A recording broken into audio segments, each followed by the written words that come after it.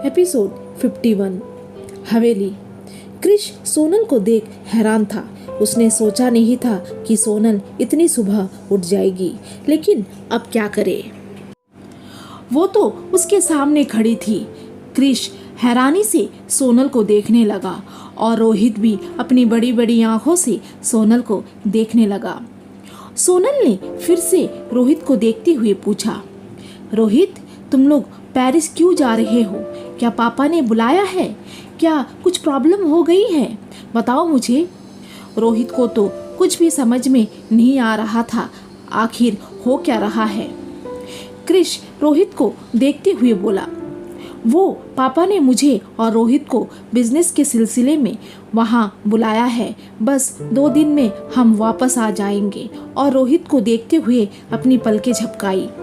रोहित को समझ में आ गया था कुछ तो प्रॉब्लम है, इसलिए क्रिश ऐसा बोल रहा है। उसने भी बिना देरी किए बोला, हाँ, क्रिश बिल्कुल सही बोल रहा है। सर ने बिजनेस के काम से ही बुलाया है हमें। सोनल एक पल के लिए रिलैक्स हो गई। दूसरे ही पल उसे अभिनव का ख्याल आया। उसका दिल जोर जोर से धड़कने लगा। उसके चेहरे के सामने अभिनव का चेहरा आ गया। वो एकदम से सोफे पर बैठ गई। उसके चेहरे के एक्सप्रेशन को देख क्रिश का दिल बैठा जा रहा था, लेकिन वो उसके पास नहीं जा सकता था। उसने एक गहरी सांस ली और रोहित को देखते हुए बोला, रोहित, चल, हमें जाना चाहिए, नहीं तो लेट हो जाएंगे। रोहित ने एक नज़र सोनल को देखा और फिर बाहर की तरफ चला गया। क्रिश वही खड़ा कुछ देर सोनल को देखा और उसके पास चला गया, लेकिन उसकी हिम्मत नहीं हो रही थी सोनल को कुछ कहने की। वो कुछ देर तक उसके पास खड़ा रहा और फिर वो भी बाहर की तरफ चला गया। सोनल वही सोफे पर बैठे बैठे क्रिश और रोहित को जाता देख रही थी। उसके दिल में आज बुरे बुरे ख्याल आ रहे थे। उसे सालों पहले अभिनव के साथ हुआ इंसिडेंट याद आने लगा। उसे डर था कहीं वो उसके पापा के साथ कुछ कर ना दे। सोनल वही सोफे पर बैठे बैठे यही सब ख्यालों में उलझी थी। दूसरी तरफ क्रिश और रोहित हवेली से बाहर आ गए और कार में बैठ गए। उनकी कार हवेली से एयरपोर्ट के लिए निकल गई। रोहित ने क्रिश को देखते हुए बोला, अरे क्रिश, अब तो बता दे, आखिर हुआ क्या है? तो क्रिश एक गहरी सांस लेते हुए सारी बातें रोहित को बता दी। रोहित की तो आंखें बाहर आने को थी। उसने हड़बड़ाते हुए कहा, क्या मिस्टर मल्होत्रा का किडनैप हो गया है? कैसे और कब? तूने मुझे पहले क्यों नहीं बताया क्रिश? इतनी बड़ी प्रॉब्लम हो गई है। तो क्रिश ने रोहित को देखते हुए कहा, मुझे भी कल रात को ही पता चला है और मुझे कोई रिस्क नहीं लेना है, इसलिए मैंने सिर्फ तुम्हें ही बताया है। रोहित एक गहरी सांस छोड़ते हुए बोला, अरे क्रिश, सर इतने बड़े बिजनेसमैन हैं, उनके आगे पीछे चारों तरफ गार्ड्स रहते हैं, उन्हें कोई कैसे किडनैप कर सकता है?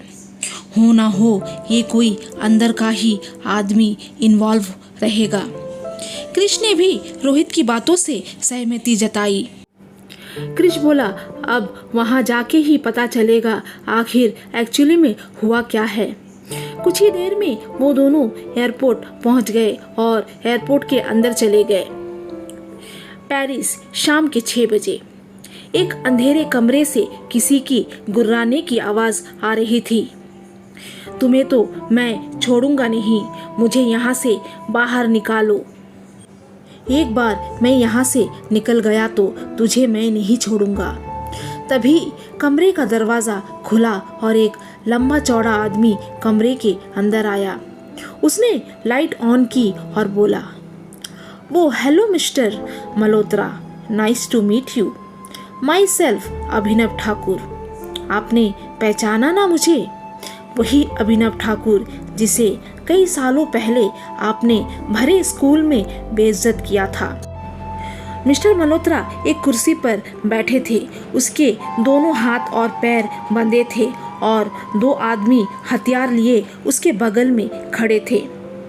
मिस्टर मल्होत्रा की आंखें गुस्से से लाल थी। वो चिल्लाते हुए बोला, तुम्हें कैसे मैं भूल सकता हूँ यू बास्टर्ड। तुम्हें मुझे उसी दिन ही मौत के घाट उतार देना था तो आज ये नौबत नहीं आती।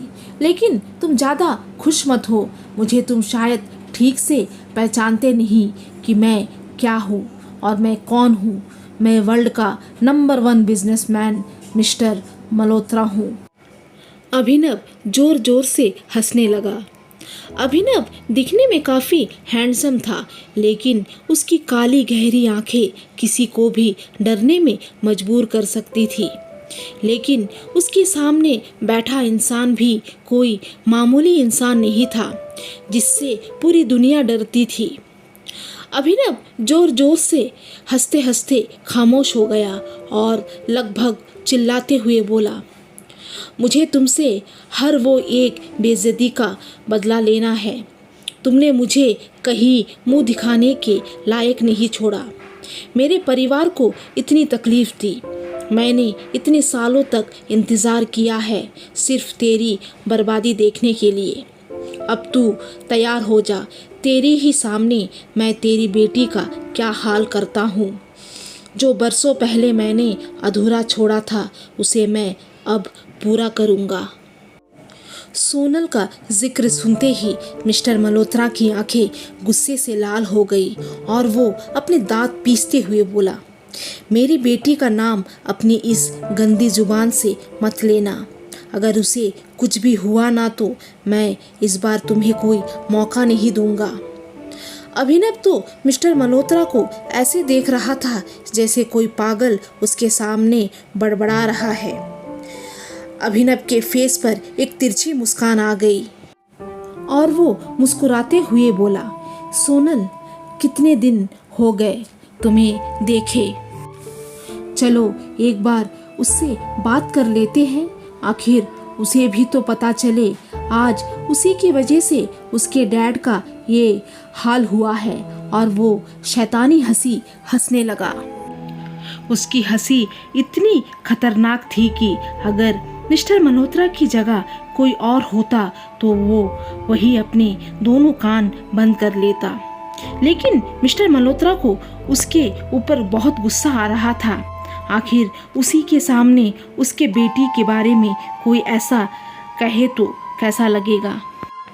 मिस्टर मल्होत्रा ने गुस्से से कहा, तुम सोनल को कुछ भी नहीं करोगे, ये वार्निंग है मेरी तुम्हें।